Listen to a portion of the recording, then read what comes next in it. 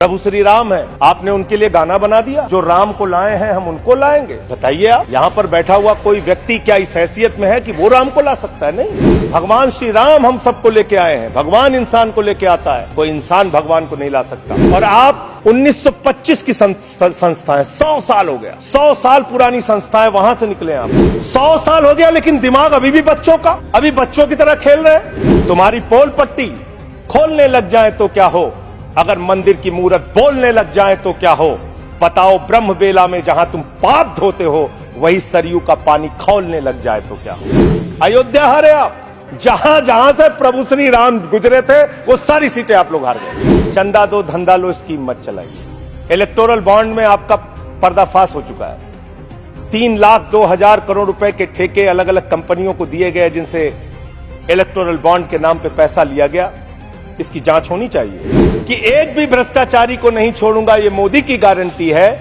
सारे भ्रष्टाचारियों को बीजेपी में शामिल करूंगा, ये प्रधानमंत्री की गारंटी, ये गारंटी है आपकी। हम आ भी भरते हैं तो हो जाते हैं बदनाम, और वो कत्ल भी करते हैं तो चर्चा नहीं होता। आप लोग सबको गालियां देने लगते हैं। लोकतंत्र में अच्छी चीज नहीं माने, कभी मुसलमानों को गाली दो, कभी सिखों को गाली दो, कभी ईसाइयों को गाली दो। इस चुनाव में हमने देखा भारत के प्रधानमंत्री बड़े अफसोस के साथ कहना पड़ रहा है, कभी मुगल पे बात करते हैं, कभी मटन पे बात करते हैं, कभी मदरसा पे बात करते हैं, कभी मछली पे बात करते हैं। और हद तो तब हो गई जब देश के प्रधानमंत्री मुजरा जैसे शब्द का इस्तेमाल करते हैं। शर्म आती है, दुनिया के सबसे बड़े लोकतंत्र के प्रधानमंत्री ऐसी भाषा का इस्तेमाल कर रहे हैं। भारत के प्रधानमंत्री महंगाई पे बात नहीं करते महोदया, बेरोजगारी पे बात नहीं करते महोदया, किसानी पे बात नहीं करते। इस देश के अंदर अग्निवीर योजना के कारण भारत की सीमा को कमजोर करने का आपने काम किया, उस पे बात नहीं करते।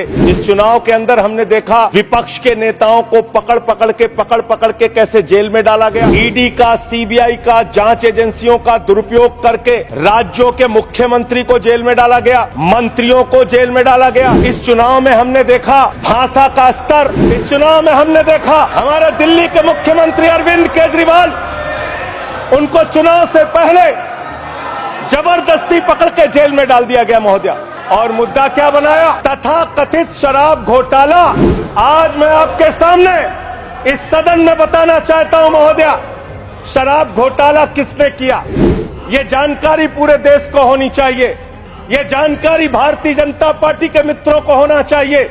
ये भारतीय जनता पार्टी के नेता, देश के प्रधानमंत्री को भी होना चाहिए। शराब घोटाला शरद रेड्डी से 60 करोड़ रुपए की रिश्वत लेने वाले भारतीय जनता पार्टी के लोगों ने किया है। आप लोगों ने इलेक्टोरल बॉन्ड के जरिए चंदा लेने का काम, रिश्वत खाने का काम, भ्रष्टाचार करने का काम किया है। शराब घोटाला तुमने किया है। शराब घोटाले की बात करते हैं महोदया, महोदया यही चिल्लाने का काम करते हैं। मैं अपनी बात कहना चाहता हूं महोदया, दिल्ली के मुख्यमंत्री को ईडी कोर्ट ने जमानत दी महोदया। ईडी कोर्ट ने कहा अरविंद केजरीवाल निर्दोष है। महोदया, ये रिश्वतखोर लोग हैं, ये रिश्वतखोर है, ये बेईमान है, ये भ्रष्टाचारी है महोदया, आप भ्रष्टाचारी है। आप बैठिए। भ्रष्टाचारियों को बोलने की हैसियत नहीं होनी चाहिए महोदया, ये भ्रष्टाचारी है, आप बैठिए।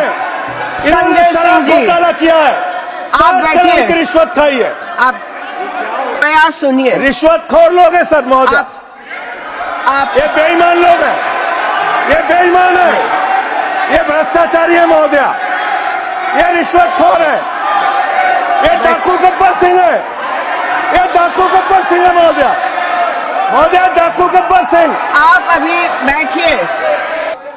अरे ठीक है, गलत सही आप नहीं तय करेंगे महोदया। आप महोदया, भाजपा के मित्र हमारे नाराज हो गए महोदया।